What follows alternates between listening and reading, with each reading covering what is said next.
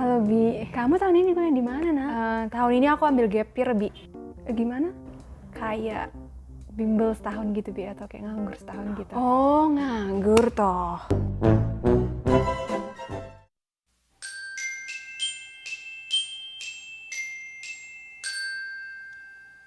Halo semuanya, apa kabar? Selamat datang di Gadis Bumi bersama aku Ivana Ginting. Nah, mungkin formatnya hari ini agak beda ya, karena aku mau ini lebih personal, karena kita membahas juga sesuatu yang personal, yaitu kegagalan dan salah satu tips yang aku bisa tawarkan untuk menghadapi kegagalan tersebut. Jadi seperti judulnya, hari ini aku akan bahas tentang gap year.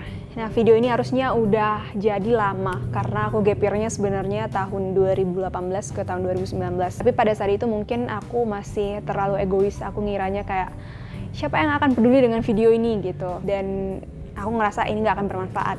Mungkin aku lupa ya pada saat itu bahwa ketika tahun 2018 pun ketika aku gagal, sebenarnya yang aku butuhkan itu bukan kata-kata semangat dari teman-teman aku yang lulus PTN, tapi dari orang-orang yang pernah gagal dan pernah merasakan apa yang aku rasain dan menunjukkan bahwa semua akan baik-baik aja dan perjuangan ini belum berakhir. So this video is for you kalau kamu merasa lagi gagal menjadi anak, gagal membanggakan orang tua atau apapun, kamu merasa sedang dihianati usaha atau kamu sedang kecewa dengan dunia ini atau kamu hanya sekedar penasaran gimana sih gap year itu, this video is for you. So di video kali ini aku akan bahas banyak tentang gap year, mulai dari kenapa memutuskan gap year, kenapa harus gap year, apa yang harus dilakukan saat gap year, kenapa aku memilih Jogja, dan masih banyak pro tips meskipun aku nggak pro banget. So let's jump to the video. Sebenarnya nggak ada alasan tunggal yang membuat aku akhirnya memilih gap year. Banyak alasan dan pertimbangan-pertimbangan yang akhirnya diakumulasikan, dan ketika dilihat mungkin ada baiknya gap year daripada memaksakan sesuatu yang akhirnya nggak akan baik. Kalau kita lihat di Indonesia sendiri, definisi dan konsep gap year ini belum populer ya, dan seringnya kita menyamakan istilah gap year ini dengan istilah yang kesannya negatif banget gitu, kayak nganggur setahun atau bimbel setahun. Aku sendiri membedakan istilah gap year ini dengan istilah nganggur setahun atau bimbel setahun, karena aku ngerasa yang aku lakukan selama 1 tahun itu lebih dari sekedar bimbel, karena selama aku gap year aku ngerasa banyak banget yang berubah di aku bertumbuh baik secara pemikiran, pengetahuan, ataupun secara emosional. Kalau kita lihat definisi gap year dari negara barat, gap year itu sebenarnya adalah jeda tahun dari pendidikan formal. Jadi kita sebenarnya tetap belajar tetapi tidak secara formal. Dalam waktu itu kita bisa mengasah hobi kita melakukan hal-hal kegiatan yang sebelumnya nggak sempat kita lakukan mungkin karena sekolah, seperti volunteering di dalam atau di luar negeri, belajar bahasa, belajar budaya, dan banyak hal yang bisa kita lakukan selama gap year. Jadi di negara barat banyak anak-anak SMA yang udah memutuskan untuk gap year, dan universitas pun menganjurkan anak-anak ini untuk mengambil gap year sebelum benar-benar kembali melanjutkan pendidikan mereka di universitas. Nah, kalau kita balik lagi ke Indonesia mungkin lumayan susah ya. Mungkin karena tekanan sosial juga ya, kayak kita punya satu format yang ajak gitu. Kalau udah SD masuk SMP, kalau SMP SMA, kalau SMA langsung kuliah, habis kuliah langsung kerja, habis kerja udah bisa merit, habis merit harus punya anak dan lain-lain gitu. Dan hal itu juga yang membuat aku ngerasa wajar banyak anak-anak SMA yang takut banget mereka akan gap year. Ya karena ketika mereka gap year, mereka merasa mendapat tekanan dari keluarga mereka, dari lingkungan mereka. Dan akhirnya hal itu membuat kita merasa gap year itu adalah hal yang memalukan. Gap year itu hanya untuk orang-orang yang gagal, atau gap year itu buang-buang waktu, buang-buang tenaga, dan buang-buang uang. Dan aku pun awalnya adalah salah satu anak SMA yang takut banget dengan istilah gap year itu, kayak jangan sampai aku gap year. Dan aku sendiri sebelumnya nggak pernah mempertimbangkan aku akan gap year, karena pada saat itu aku ngerasa usahaku udah cukup at least untuk masuk pilihan ketiga. Tapi sayangnya apa yang aku rencanain, apa yang aku pikirkan akan terjadi, nggak terjadi. Dan oleh karena itulah aku sempat kecewa, bukan hanya sama manusia, tentunya aku kecewa sama Tuhan juga. Tapi sekarang aku bisa bilang bahwa rencana Tuhan memang jauh lebih baik daripada rencana manusia. So, pertimbangan-pertimbangan yang membuat aku akhirnya gap year adalah, yang pertama, aku nggak diterima di PTN. Yang kedua, secara finansial, keluargaku pada saat itu tidak menyanggupin aku untuk kuliah di swasta. Karena pada saat itu mama adalah single parent, mendiang bapak meninggal di tahun 2017, dan aku harus kuliah di tahun 2018. Dan bertepatan juga dengan itu, abang aku masih kuliah di semester terakhir. Yang ketiga, kalaupun aku bersikeras untuk swasta pada tahun itu, udah ada perjanjian kalau aku swasta, aku nggak akan bisa ngulang tahun depan karena itu namanya buang-buang duit ya kan. Dan alasan keempat dan alasan yang paling besar pada saat itu adalah aku masih mau dan pengen banget masuk UI. Karena keinginan aku untuk masuk UI itu juga yang membuat akhirnya aku nggak terlalu niat untuk kayak misalnya ambil mandiri atau ngeliat swasta. Sampai suatu hari mama pernah bilang, kayaknya kamu benar-benar nggak pengen kuliah deh. Orang udah sibuk cari mandiri, ujian mandiri, cari swasta, kamu di rumah aja gitu. Karena memang pada saat itu aku nggak berpikir untuk kuliah di tempat lain, khususnya di Sumatera. Juli 2018 itu adalah bulan yang paling nano-nano, karena bulan itu penuh dengan kejutan. Salah satunya adalah mengejutkan aku karena aku tidak diterima di mana-mana. Jadi tanggal 3 Juli itu adalah pengumuman SBMPTN pada saat itu, dan satu harian itu aku gelisah banget, yang kayak aku harus menghabiskan waktu ini ngapain sebelum jam 3 atau jam berapa gitu kan. Aku nonton komedi tapi aku nggak bisa ketawa karena aku bener-bener tegang banget. Dan di jam pengumuman itu ketika aku buka ada tulisan warna merah dan ada tulisan kayak singkat banget, Anda belum diterima. Aku bahkan nggak ingat apa lagi kata-katanya karena itu kayak memori kelam. Habis itu aku bilang ke grup kelas aku nggak keterima. Aku lapor itu mungkin biar orang nggak nanya-nanya lagi dan aku mau undur diri dulu dari urusan perduniaan ini. Aku sehari nangis, bener-bener nangis. Dan pada saat itu aku ingat ada satu keluarga yang datang ke rumah, entah urusan apa gitu. Aku nangis di kamar dan mama cerita, Vena nggak diterima di mana-mana gitu kan. Memang diambil di mana? Diambil di UI. Oh, pantas lah, UI kan bla bla bla bla bla gitu. Yang kayak membuat seakan-akan ini salah aku, kenapa aku ambil UI gitu, kayak stupid banget sih lu ngambil UI gitu. Pro tips dari aku, nggak apa-apa seharian itu kamu nangis sekejar-kejarnya, nggak apa-apa nangis sebanyak-banyaknya, salahin aja diri kamu nggak apa-apa, atau salahin aja siapapun yang bisa kamu salahin. Pokoknya satu hari itu jangan coba menyangkal perasaan itu karena itu realita yang sedang kita hadapin gitu. Tapi pro tips selanjutnya adalah setelah hari itu move on.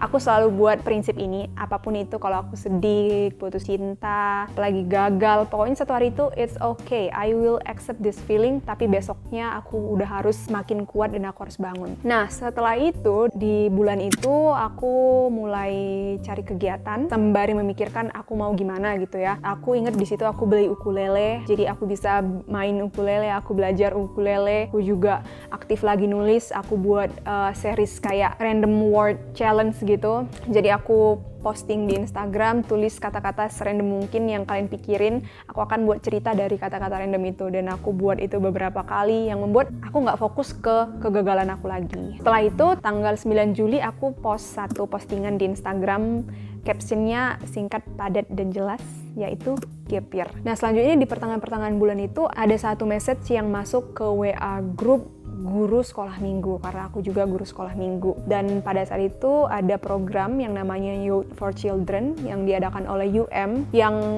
akan diselenggarakan di Mentawai. Karena aku udah tahu akan gap year, pada saat itu aku cari-cari peluang lah, aku apply, penuhin semua syarat-syaratnya, dan akhirnya aku apply. Dan beberapa minggu kemudian akhirnya aku diterima menjadi salah satu peserta. Setelah diterima, dikabarkan bahwa keberangkatan akan dilakukan di bulan Agustus. Di awal-awal Agustus itu kemarin sering banget terjadi gempa, dan itu membuat aku takut banget. Ini benar nggak sih jalan yang aku ambil ini? Gimana kalau aku mati di sana? Gimana kalau terjadi apa-apa ketika aku ikut program itu? Pokoknya banyak banget ketakutan yang membuat aku kayak pengen nyerah aja gitu, pengen undur diri. Tapi syukur banget mama juga meskipun was-was tetap support, dan akhirnya di tanggal 9 Agustus aku pergi ke Mentawai. Itu pertama kalinya aku pergi jauh dari rumah tanpa orang tua, tanpa keluarga yang aku kenal, kayak bener-bener ini isinya orang-orang asing semua gitu. Dan ingat Mentawai, aku bener-bener rindu tempat itu. Mentawai itu cantik banget. Aku inget banget dalam satu sesi, itu kayaknya sesi curhat gitu ya, pokoknya biar lebih dekat gitu, kita cerita tentang struggle yang kita hadapin. Aku cerita gimana aku gagal di SBMPTN, gimana aku ngerasa orang menganggap aku remeh, gimana aku ngerasa orang memandang aku kayak terlalu ambis, nekat, dan mereka seakan-akan meremehkan mimpi aku gitu. Di situ aku nangis, malu banget kalau ngingetnya lagi. Tapi setelah cerita itu kayak aku dapat kekuatan lagi bahwa ini benar-benar mimpi aku dan aku akan coba sampai titik darah penghabisan. Habis itu tanggal 17 Agustus acaranya selesai dan kita harus balik ke tempat masing-masing tanggal 18. Nah setelah balik aku kayaknya kena post holiday syndrome gitu, jadi di rumah itu aku ngerasa kayak sepi, aku ngerasa sedih, aku terus ingat-ingat momen-momen di sana karena memang semenyenangkan itu ya. Dan ketika itu aku ngerasa nggak produktif lagi karena apa-apa ingat itu, apa-apa ingat mentawai, apa-apa pengen balik. Dan akhirnya Agustus selesai. Nah di bulan Agustus itu aku belum ada niat belajar untuk SBM lagi sih. Pada saat itu aku lebih explore banyak hal, kayak ukulele aku banyak belajar lagu. Abis itu aku juga ngide-ngide buat ide bisnis kayak aksesoris handmade yang dari clay. Jadi aku benar-benar belajar dari nol. Aku nggak tahu apa-apa. Aku lihat di internet cara buat clay. Di September vibes keepernya udah terasa. Orang udah sibuk dengan dunianya, dunia perkuliahan mereka. Aku masih tidak melakukan apa-apa. Pada saat itu aku udah nanya-nanya kosan di Medan. Aku juga udah launching produk aksesoris aku. Kayak nggak berjalan ya karena memang aku coba ekspor apapun pada saat itu. Aku juga belajar bahasa Korea. Pokoknya semua apapun itu aku coba. Aku mikirnya kayak Ini menarik deh. ya udah aku coba. Kayaknya Bahasa Perancis menarik deh. ya aku coba semuanya, aku explore biar aku nggak stres. Nah mungkin kalian bertanya-tanya kenapa akhirnya aku pilih di Jogja. Sebenarnya kalau bisa dibilang ini sebuah kebetulan yang membagongkan gitu. jadi aku udah nanya satu kosan dan temanku juga ngekos di situ. Aku nanyanya lewat dia karena dia juga GPR gitu kan. Ada sisa satu kamar nih dia bilang gitu, dan aku bilang tolong bilangin sama ibu kosnya aku yang akan booking gitu. Tapi pada saat itu aku belum kasih DP. Jadi besoknya setelah aku bilang gitu aku mau ke Medan untuk bayar DP. Pagi-paginya teman aku bilang ternyata kamarnya udah diambil orang. Ya mau gimana gitu. Aku nyeletuk sama mama sih, kayak aku nyeletuk kenapa aku nggak di Jogja aja mak, di Jogja kan murah gitu. Aku juga sebelumnya nanya-nanya sih ke kakak kayak di situ harganya berapa, aku bilang, dan aku bandingin ke Medan, jauh banget. Di Medan kamar kosong itu aja harganya kemarin 700-an. Ini bener-bener kamar kosong ya, aku harus siapin semuanya lagi. Sedangkan di Jogja di kosan kakak aku itu kamarnya udah terisi, udah ada tempat tidur, meja belajar sama lemari, itu 5 juta dalam setahun. Pada suatu hari aku ingat lagi diangkut nih sama mama. Kita mau pulang gitu kan, dia tiba-tiba bilang, Ya udahlah, kamu di Jogja aja. Lagian kan mau kuliahnya di Jawa juga kan, gitu kayak. I don't believe it. It happens. Nah setelah dia bilang kayak gitu, udah ada izin itu. Ini pro tip selanjutnya, do your research. Dan ketika kamu memutuskan untuk gap year, harus bener-bener bulatin tekad dan jangan gap year tanpa tujuan apapun. Nah pada saat itu aku inget banget aku minta ke kakak itu, namanya Kak Desi, untuk share lokasi dia. Jadi aku ngeliat lokasi dia, aku lihat sekitarnya apa, aku langsung cari perpustakaan. Okay, don't judge me. I'm just a normal person. Bukan karena aku baca buku di perpustakaan. Kayak sejak SMA aku ngerasa perpustakaan itu udah kayak tempat kedua. Alasannya yang pertama karena rumah aku jauh banget dari SMA aku. Jadi nggak selamanya Ivana ke perpus itu membaca buku. Bisa aja di situ aku tidur atau aku denger lagu. Karena biasanya di perpus ada free wifi kan. So please. Next, aku lihat lokasi ke perpustakaan Kota Jogja pada saat itu, dan cukup dekat ya. Kalau jalan itu 15 menit. Habis itu aku juga lihat tempat bimbel, dan semuanya sebenarnya di daerah itu gitu. Karena Kak Desi itu tinggal di Kota Jogja, jadi kemana-mana mudah. So akhirnya aku booking tiket, dan tanggal 30 September akhirnya aku pergi ke Jogja. Tanggal 1-nya Kak Desi kayaknya ada kelas di kampus pada saat itu, jadi dia nggak bisa nemenin aku bertekad sendirian karena aku di kosan juga nggak ada kerjaan gitu ya. Aku pesen Grab pada saat itu, dan akhirnya aku pergi ke tempat bimbel yang aku pengen. Nah pada saat itu aku sebenarnya nggak pengen bimbel, tapi itu satu syarat mutlak yang harus aku lakuin kalau aku mau gap year. Nah, padahal kalau melihat cara belajar aku ngerasa aku lebih bisa belajar sendiri. Nah, it is another pro tips. Ketahuilah cara belajar kalian. Kalian bagusnya gimana? Apakah kalian bagusnya belajar dengan visual atau dengan audio atau apapun? Apa kalian lebih bisa belajar ketika sendiri atau lebih bisa belajar ketika rame-rame? Kalian harus tahu gimana cara belajar kalian. Jam 11-an aku ke GO. Habis itu registrasi apa bla bla bla, cepet banget ternyata. Setelah dari situ aku nggak tahu kemana, akhirnya aku cari-cari lagi si perpustakaan yang udah aku lihat sebelumnya dari Sumatera gitu kan. Aku pesen Grab lagi, akhirnya aku ke perpustakaan. Sebenarnya nggak jauh, bener-bener nggak jauh, tapi pada saat itu aku nggak tahu apa-apa gitu ya. Jadi aku naik motor aja gitu. Abis itu jam 1 udah rame orang yang ke situ, dan aku mengamati gimana cara masuknya di mana, aku harus ngapain dulu gitu. Aku lihat-lihat dulu, akhirnya aku masuk, aku lihat bukunya beberapa lama gitu. Aku memang nggak niat untuk ke perpustakaan untuk membaca pada saat itu, jadi aku lihat-lihat bukunya. Habis itu udah sekitar jam 3-an, aku nggak tahu mau kemana lagi. Aku akhirnya cari-cari toko buku, dan kebetulan banget kayak nggak ada sampai 100 meter ada Gramedia di ujung jalan. So it's just perfect gitu. Bimbel aku deket situ, jalan 5 menitan udah sampai perpus. Di dekat perpus ada toko buku. Kayak itu kayak sebuah anugerah untuk Ivana ya. Abis itu tanggal 3-nya aku udah mulai bimbel tuh. Nah, pada saat itu aku ngerasa kayak aku nggak akan punya temen nih di Jogja. Ternyata aku salah. Aku ketemu sama teman-teman yang bener-bener asik. Yang pertama jadi teman aku di Jogja itu namanya Ayu. Dia itu super humble ya. Hari ini kan les tuh, besoknya ada yang ngechat aku tiba-tiba gitu, Vena kamu ikut TST nggak? TST itu kayak belajar tambahannya di GO gitu kan. Udah lama dia cerita, dia mau masuk sini, dia mau mengejar ini, pokoknya dia cerita semua deh. Setelah temenan sama dia, akhirnya aku juga temenan sama siswa-siswa di kelas aku, dan mereka semua asik-asik. Pro tips lagi nih mengenai temen, carilah teman-teman yang punya tujuan sama kayak kamu. Karena ini konteksnya adalah gap year, kita harus benar-benar bisa cari teman yang punya visi dan misi sama dengan kita. Karena menurut aku mudah banget kita untuk terpengaruh sama orang dan membuat kita jauh dari tujuan kita gitu. Jadi aku bareng teman-teman baru aku ini banyak belajar sama.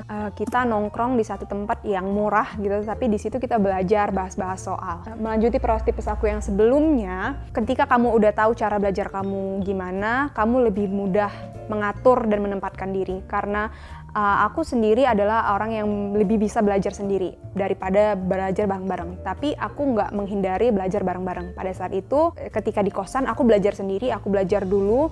Aku tetap belajar sesuai dengan porsi aku. Aku buat jadwal apa yang aku harus pelajarin. Ketika aku sendiri, aku fokus untuk belajarnya. Ketika bareng mereka, aku mungkin lebih kayak membantu mereka belajar dan menambah insight juga gitu dari apa yang udah aku pelajarin sebelumnya di kosan aku sendiri. Kalau cara aku belajar di bulan Oktober sampai Desember itu aku lebih fokus ke rangkuman ya. Jadi aku lebih banyak fokus merangkum daripada fokus bahas-bahas soal. Aku ngerasa sebelum aku bisa jawab soal, aku harus kuat dulu di pemahaman dan pengetahuannya gitu. Jadi pada saat itu aku belajar, aku buat rangkuman, dan rangkumannya bukan hanya dari satu sumber. Aku belajar dari GO, aku belajar dari Zenius, aku juga belajar dari Kuiper, karena pada saat itu masih ada akun Kuiper yang aktif yang waktu SMA aku sama teman aku booking gitu.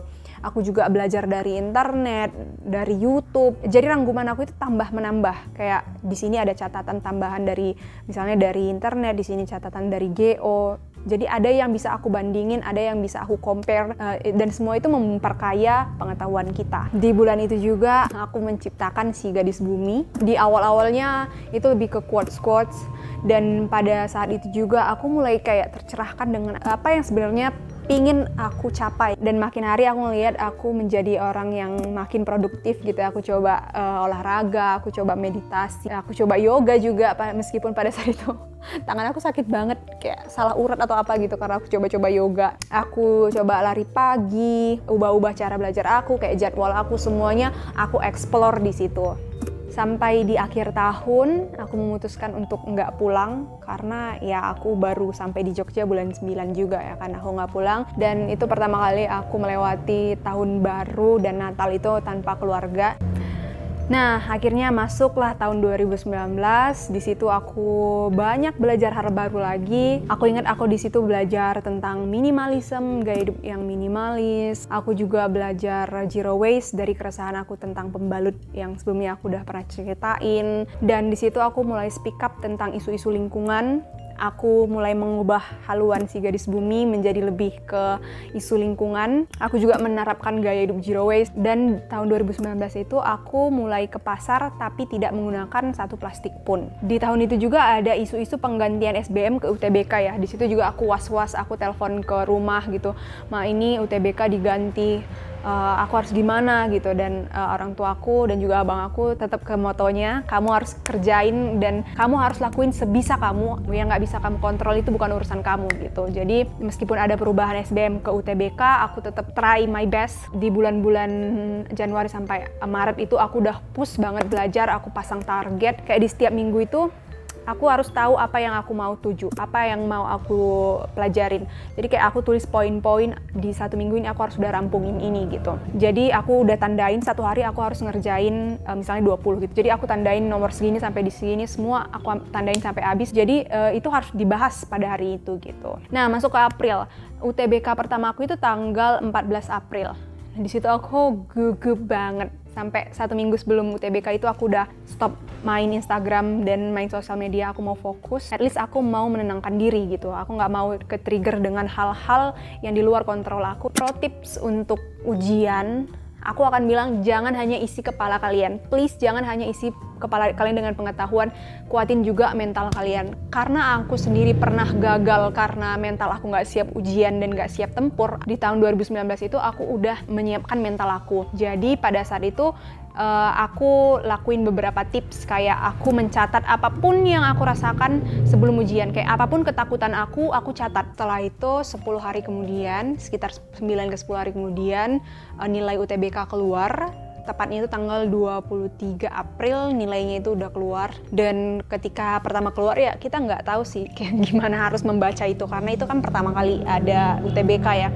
Jadi ya diterima aja nilainya segitu. Setelah beberapa minggu kemudian ada tuh akun-akun yang coba mengcompare nilai-nilai, berapa nilai yang tinggi, berapa yang kiranya nilai ini rendah dan lain-lain. Bicara tentang nilai, aku mau kasih pro tips bahwa pasanglah standar yang tinggi. Biar apa? Biar kamu usahanya juga sesuai dengan standar yang kamu pasang gitu. Kalau aku sendiri pada saat itu, aku pasang target tinggi sekitar 700. Aku bilang ke diri aku akan dengan lega apply ke UI kalau nilai aku 700. Dan akhirnya di UTBK pertama aku nilainya itu 650-an. Dan karena itu belum sesuai dengan target aku, UTBK kedua aku lebih berusaha lagi. Nah, di bulan April itu juga udah ada pergeseran minat. Kalau bicara tentang jurusan, mungkin akan aku buat video lainnya kenapa jurusan yang aku pengen itu berubah dan kenapa akhirnya kesejahteraan sosial. Pada saat itu udah mulailah tuh bergeser dari keinginan masuk ke jurusan Ilkom atau HI UGM, makin kesini di bulan Februari Maret itu udah pengen balik ke UI. Jadi kayak bener-bener aku memang cinta banget sama UI sampai aku selalu menoleh ke UI gitu. Jadi di Februari Maret aku udah pengen UI lagi. Udah aku sampein juga ke mama, makanya aku pengen UI gitu. Aku masih pengen coba UI gitu. Akhirnya HI Ilkom UI, di tryout juga aku buat pilihan aku HI Ilkom UI. Habis itu ke April aku ngelihat nilai aku ngerasa masih kurang tuh. Habis itu masuklah ke Mei. Di Mei itu aku belajar untuk UTBK kedua karena aku UTBK itu tanggal 25 Mei, yang mana masih panjang gitu. Apakah aku tidak ada down-nya? Of course, aku ada masa down-nya. Saking aku ngerasa capeknya belajar, aku pernah 1 mingguan nggak ngelakuin apa-apa selain nonton. Aku nyelesain series The Game of Thrones itu dalam 1 minggu. Yang mana pada saat itu ada 7 season. Aku cuma nonton itu di kamar gitu kan. Aku juga nonton The Golden Families. Bener-bener absurd banget. Aku nggak belajar dan merasa capek banget gitu. Kayak capek aja. Aku ngelihat masih banyak yang harus aku kerjain, masih banyak yang harus aku pelajarin, dan aku bener-bener capek. Tapi ya balik lagi, ketika aku capek, pro tips nih. Ketika aku capek, aku inget banget aku nonton videonya OKK UI 2018. Aku lagi duduk di sudut kosan aku, nggak tahu kenapa, tapi aku kayak nyender aja di situ gitu. Aku sambil nonton gini, aku nonton itu lagi, coba membangkitkan semangat aku lagi, dan aku nangis karena kayak seneng banget gak sih rasanya di situ gitu. Aku pada saat itu mikirnya gitu. Akhirnya semangat lagi lah ya, kita coba semangat lagi, aku coba belajar lagi, dan akhirnya ujian, dan 10 hari kemudian keluar lagi tuh nilainya. Nah, di Juni nilainya udah keluar, dan puji Tuhan naik jadi sekitar 680-an. Di bulan Juni udah ada dilema mau pilih mana. Akhirnya aku cari-cari tuh jurusan di UI, di FISIP-nya, aku ketemu satu nama, yaitu ilmu kesejahteraan sosial. Dan ketika aku lihat-lihat, ada satu yang membuat aku tertarik banget sama ilmu kesejahteraan sosial ini. Di matkulnya, ada yang membahas tentang organisasi, ada yang membahas tentang komunitas masyarakat, ada yang membahas tentang pengembangan masyarakat, dan itu membuat aku tertarik. Kayak itu mengingatkan aku ke tujuan-tujuan awalku tadi. Akhirnya aku memutuskan untuk pindah haluan. Dari awalnya pengen ilmu komunikasi, yang mana itu adalah ego aku waktu SMA gitu ya. Karena ilmu kesejahteraan sosial ini kayak nggak semua orang tahu loh gitu. Akhirnya aku memutuskan untuk pindah ke jurusan ini. Aku telepon mama, aku bilang aku nggak pengen di Ilkom UI lagi, Mak. Aku pengen di ilmu kesejahteraan UI gitu. Dia nggak tahu apa-apa tentang jurusan itu, dia nggak pernah dengar juga. Jadi kayak, ini anak apa karena dia takut aja gitu, apa karena dia hopeless banget gitu jadi pindah haluan. Tapi aku coba jelasin, akhirnya dia mengizinkan, ya bilang ya udahlah terserah kamu. Pada bulan itu aku bilang aku takut banget gagal, sampai aku telepon mama juga, Mak gimana kalau aku gagal? Aku bakal malu-maluin keluarga banget gak sih? Aku udah sampai ke Jogja, tapi akhirnya aku gagal juga gitu. Dan aku juga telepon abang, juga aku ngomong, dia bilang kayak, kita kasih kamu kesempatan gap year bukan karena kamu harus lulus gitu, tapi untuk kamu belajar. Kalau kamu udah lakuin yang terbaik dan kamu masih gagal, it's okay. Dan pada akhirnya pun, kalaupun nanti kamu nggak keterima di mana-mana, kamu udah happy gitu, kamu at least udah happy karena kamu udah lakuin yang terbaik. Dan itu buat aku agak tenang gitu ya, apalagi itu biasanya pemikiran-pemikiran yang datang sebelum ujian. Di bulan Juni, karena udah selesai ujian, di situ aku udah berani explore dikit-dikit Jogja. Masih dikit banget yang aku explore di Jogja. Kayaknya Mei Juni itu aku bareng teman-teman aku tadi jalan ke Bukit Bintang. Itu aku inget banget, itu pertama kalinya aku jam 2 pagi jalan naik motor ke tempat yang aku nggak tahu gitu bareng temen-temen. Tapi that was a great memory. Aku juga ke Parangtritis bareng Bella. Halo Bella, bayangin aja kita ke pantai Parangtritis berdua doang, naik angkot dong karena satu pun dari kita nggak bisa naik motor gitu ya. Jadi kita naik angkot, kita naik bus maksudnya. Jadi kita naik Trans Jogja dulu, baru naik bus, baru turun di pantainya, baru jam-jam 5, jam 4 itu kita naik bus lagi pulang ke Jogja. Akhirnya bulan Juli datang, pengumumannya tanggal 9. Dan ajaibnya tanggal 8 aku masih have fun gitu, masih nonton sama Bella. Sampai kita mikirnya gini, kita takut karena nggak ngerasa takut. Sebelum tanggal 9 itu aku ngobrol-ngobrol lagi sama mama, dia selalu tenangin aku kayak udah berserah, keputusannya udah ada, kenapa harus takut lagi sih gitu. Pokoknya semuanya udah diatur gitu, ngapain harus takut lagi. Tanggal 9 aku lagi di kos, pagi-paginya itulah aku udah ngerasa ketakutan. Dan di jam 3 aku buka, yang pertama kali aku lihat adalah tulisan merah. Aku rasa mampus, tulisan merah gitu. Aku belum baca, tapi kayak tulisan merahnya itu sangat mengganggu mata aku karena kayaknya di tahun 2018 itu tulisan merah artinya gagal gitu. Kayak aku kayak merasa balik trauma gitu. Akhirnya aku scroll ke atas, selamat Anda diterima di UI gitu. Aku kayak aku teriak gitu, kenceng banget kayaknya pada hari itu. Aku kayak masih gemeteran gitu, Anda diterima di ilmu kesejahteraan UI. itu something kayak, Aku masih mimpi nggak sih? Aku mimpi nggak sih? Ini benar-benar aku udah buka nggak sih gitu? dan aku telepon mama, dia lagi di ladang, di tengah ladang gitu lah ya, di tengah ladang. Kayaknya memang dia bawa HP dia ke tengah ladang karena pada hari itu dia tahu hari pengumuman gitu. Dia tengah ladang, aku bilang, "Ma, aku keterima," sambil mewek, sambil nangis, "Ma, aku keterima." Dan pada saat itu mama juga nangis. Aku makin terharu banget. Kayak, iya anakku gitu. Aduh. Pokoknya that was a beautiful moment to remember. Aku cari Kak Desi, ternyata dia lagi di kamar mandi lantai 2. Dan aku bilang, "Kak, aku keterima," gitu. Dan dia teriak-teriak dari kamar mandi.